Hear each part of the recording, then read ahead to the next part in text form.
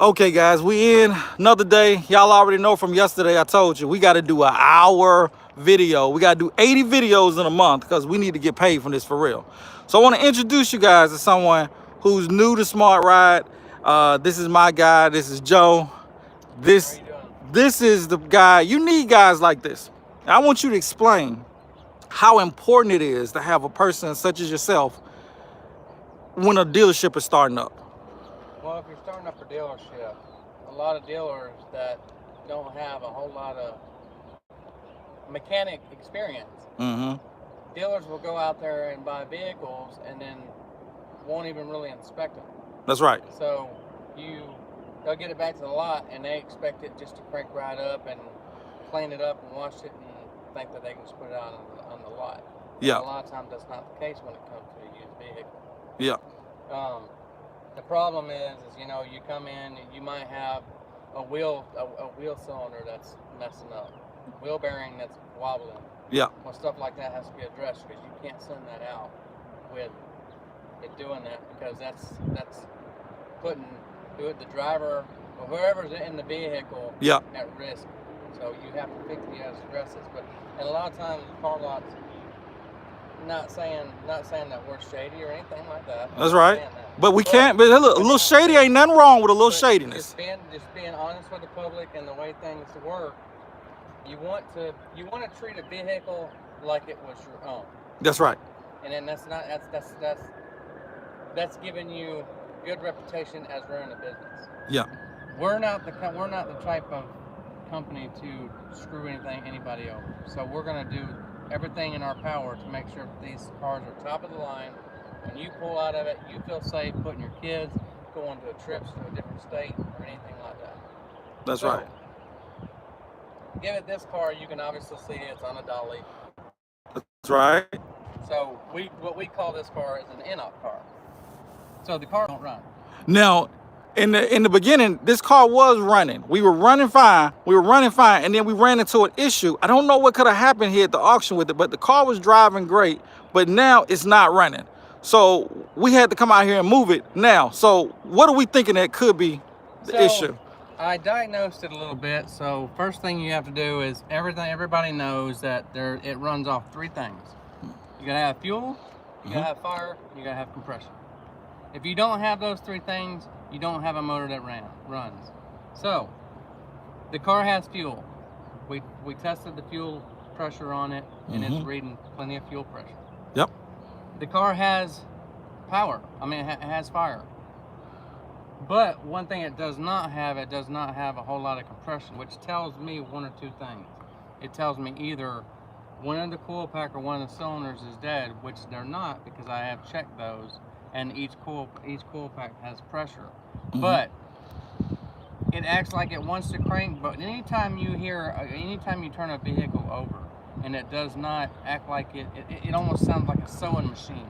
Okay. Like it's spinning faster than what it should. Yeah. So when you crank a car, it should be like whoop, whoop, whoop, whoop, whoop, whoop, instead of like almost like you're running a sewing machine. But anyway, that being said, it's more than likely the timing.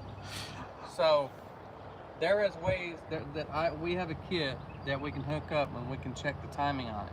And so you have your electronic machines, you can check it with that, or you can do it old school way. What you do is you take number one cylinder, you put it on top dead center.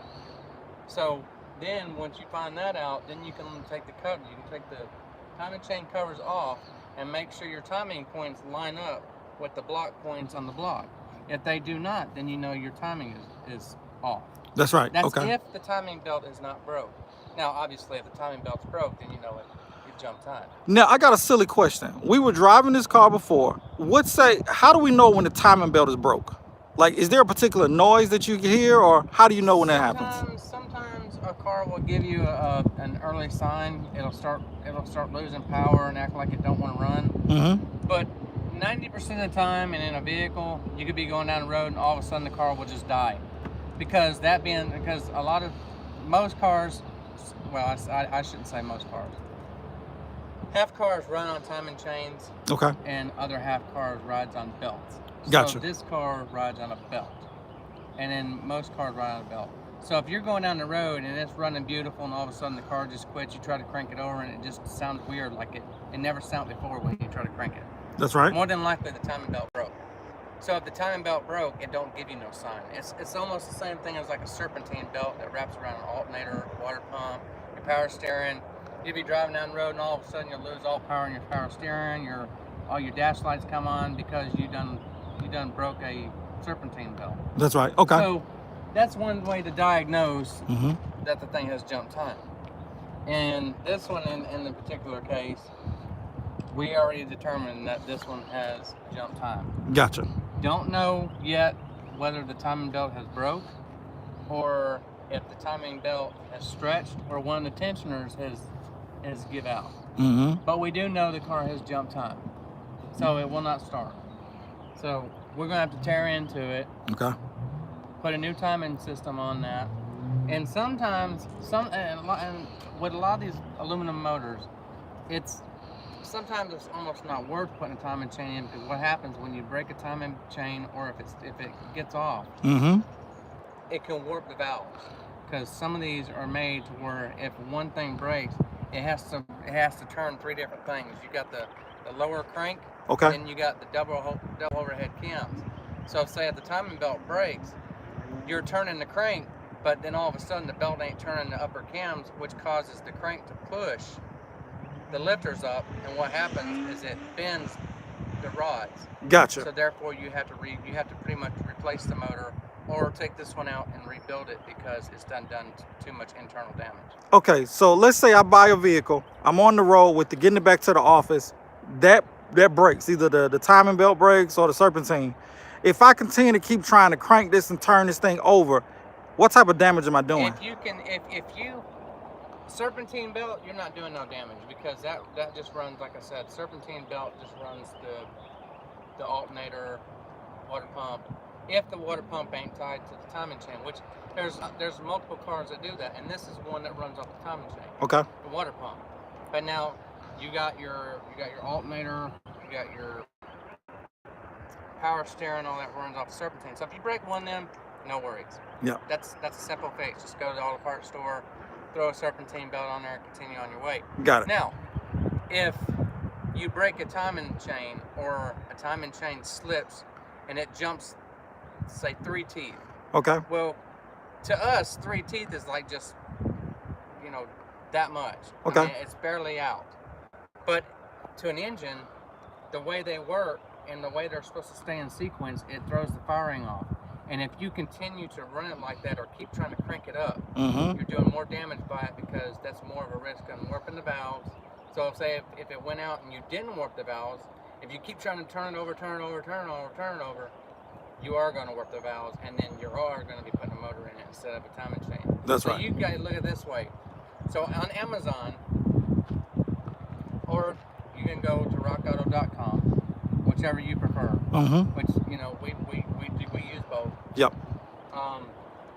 You can buy these timing chain kits.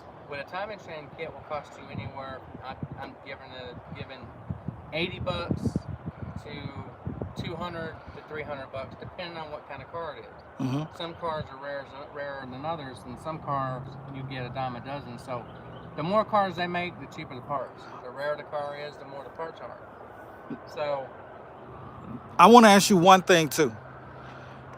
We do our stuff in-house, so our prices are different. yes. Let's say a new guy just started a dealership. He takes it to the big shops. What type of price is he looking at if he take it to a big shop to have this work done? Okay, so say if he took this car right here that needed a timing chain. Mm-hmm. Okay, you take it to big dealership. You take it to a dealership. Or you take it to big mechanic shops that's got 7, 8 bays. They've been in business for 30 years. 40 years. Okay? Mm-hmm. You're looking at, they're going to charge you something that would cost you maybe about $100, $150 online that you can buy. Okay. And then labor cost, you're looking probably, they would charge you about $500 to $600 for the parts. Mm-hmm. And then they're going to charge you about $1,200 to $1,500 to do the work. Just because they're going to try to tell you, oh, we got to pull the motor, which they don't do that. That's right. They take take the front side off and they do it while the motor's in the car, but they don't tell you this. That's right. So the whole job would cost you, say, $1,500 plus another $500-600. So you're looking at $2,500 to $3,000 to do a timing chain replacement. And then some of them will try to get out of the work and be like, oh, this car is done. You need a whole new motor. And that's their way of screwing you over and saying, hey, you could have just put a timing chain on there. And they're like, oh no, you need a whole new motor. So then now you're looking at $5 or $6 grand through a big company. That's right. So, given all that being said, so I am a two-man person mechanic shop. I also do mobile mechanicing. And we also started towing as well too. We're gonna do towing too. We're fixing to start up towing. We've got a dolly, we've got a car trailer, we've got ways of hauling the vehicles. So now I'm gonna go back to our pricing of what we charge people. Yep. And one thing and another, going back to a big mechanic shop real quick. One thing mechanic shops won't tell you, they will not break things down for you. They will not tell you, okay, I'm gonna do this and I'm gonna do that, and I'm gonna walk you step by step of what I'm gonna do. If I do not do that, then I will not guarantee your price. You know what I'm saying? That's right. So, that being said, I'm gonna walk you through the difference between us.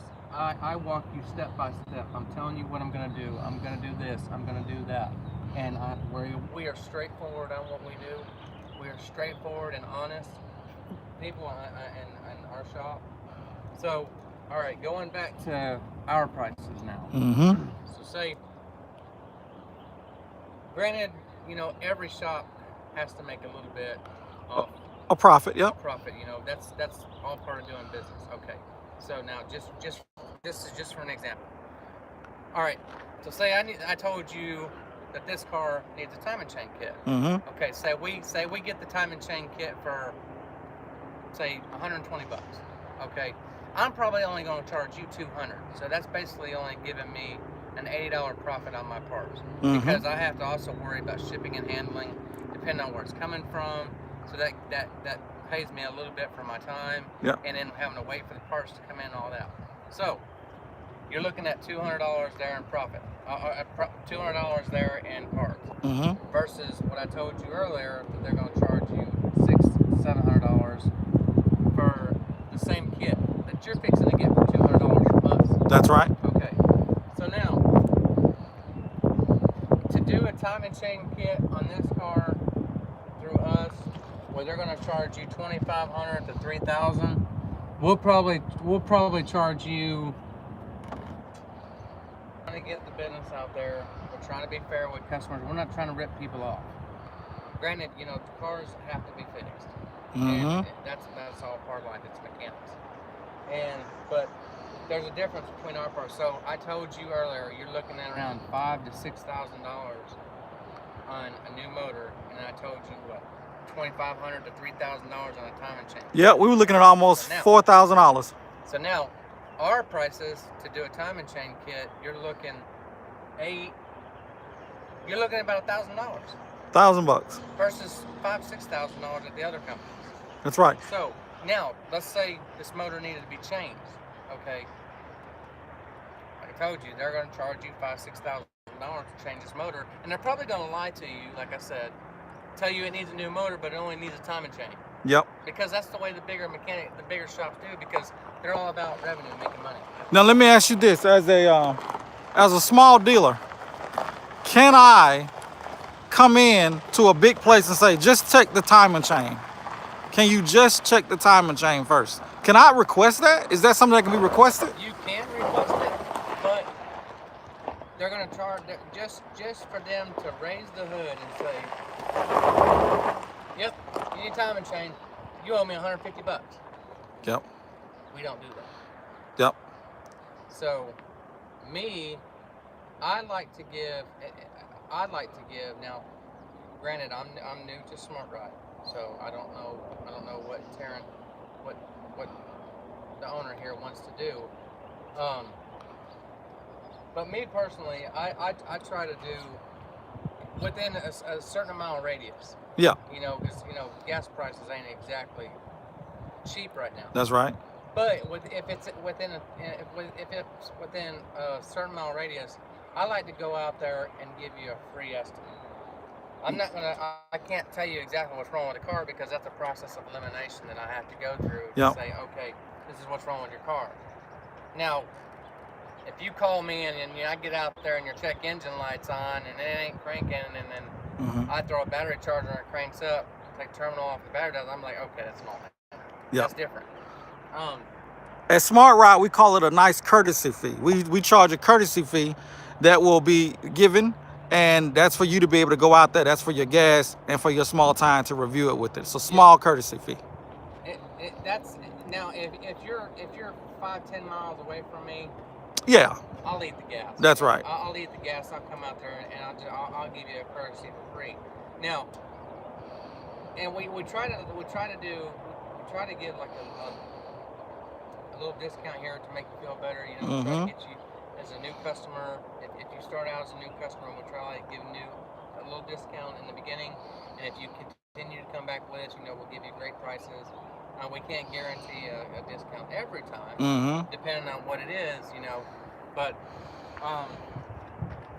when it all boils down to it, we try to be fair, we try to be honest, and we try to do at a reasonable rate. That's right. Being a smaller dealership, I believe every dealership needs to have a mechanic on hand. That's right. Now that leads me into my next question. I don't mean to cut you off. I'm sorry, but I gotta ask this. How do you find a guy like yourself? How does a small dealership find someone like you? Well, I'm not gonna lie. I've been doing mechanic work 15 years. I'm 41. I've been doing mechanic work for 15 years. Hey, you look good for 41, man. You look great. Amazing. But I've worked in mechanic shops. I've worked in some good mechanic shops, and I've worked in some bad ones. I've worked in good ones where the owner was nice, polite, honest with his customers, great people. But money is a big thing. Somebody come along and say, "Hey, look, I'm going to offer you this much money to come work for me." Okay, sometimes it's almost hard to refuse. Yep. But I'm in a position right now that I'm not planning on going anywhere. Yep. I'm happy where I'm at. I like doing what I'm doing. But then I've worked in mechanic shops where I worked in this, just for an example, I worked in this shop that he was African American. And he pretty much told us that he didn't care about nobody. All he cared about was making his money. He didn't care about our families. He didn't care about nothing. Granted, I don't mind working over. I don't mind working in vehicles. I want the customer to be happy with what they get. But he was charging these people outrageous prices, and me and him would constantly have arguments about it. And that is one of the reasons why I left him, because I refuse to screw people over. That's right. Granted, I could not change the price on how much I wanted to. But I know when people, because I'm doing the work on these vehicles, and I know what they're worth. That's right. And I know what the parts cost. And when I'm doing a job that should only cost somebody, say, $500, $600 bucks, and he's turning around and say, "Oh, you owe me $1,500." No, I've got a problem with that. And when I told him, I was like, "You can't screw people over like that and expect them to keep coming back." And expect them to come back. I'm like, that's karma. In the end, it's gonna bite them. That's right. And I've already the 2 years that I worked there, he is already getting sued by 3 people. Wow. The way he done somebody. Well, he messed people's car up, bandaged it up, sent them on down the road. The car messed up within a couple weeks, and he said, "Oh, we're not touching it. It wasn't our fault." Well, yeah, it was our fault because they messed it up. That's right. We did exactly what the mechanics, not the mechanic, but the owner told us to do. That's right. So and I argue them all the time. Why did you hire me? And I'm telling you right now, great person, great man, honest, if I was a customer, I would come to Smart Ride every day of the week. And that's what we need to hear right there. Guys, That's exactly what I would do. we're going to end it right there. I'm getting hot. I'm about to go get some water. I'm going to tell you right now, thank you guys for watching and listening. Peace.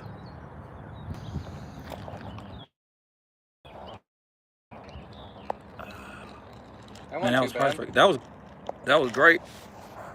I'm going to go inside right there and grab some water. Yeah. This heat has got me. I got to find out where the hell he went. But yeah. That was good.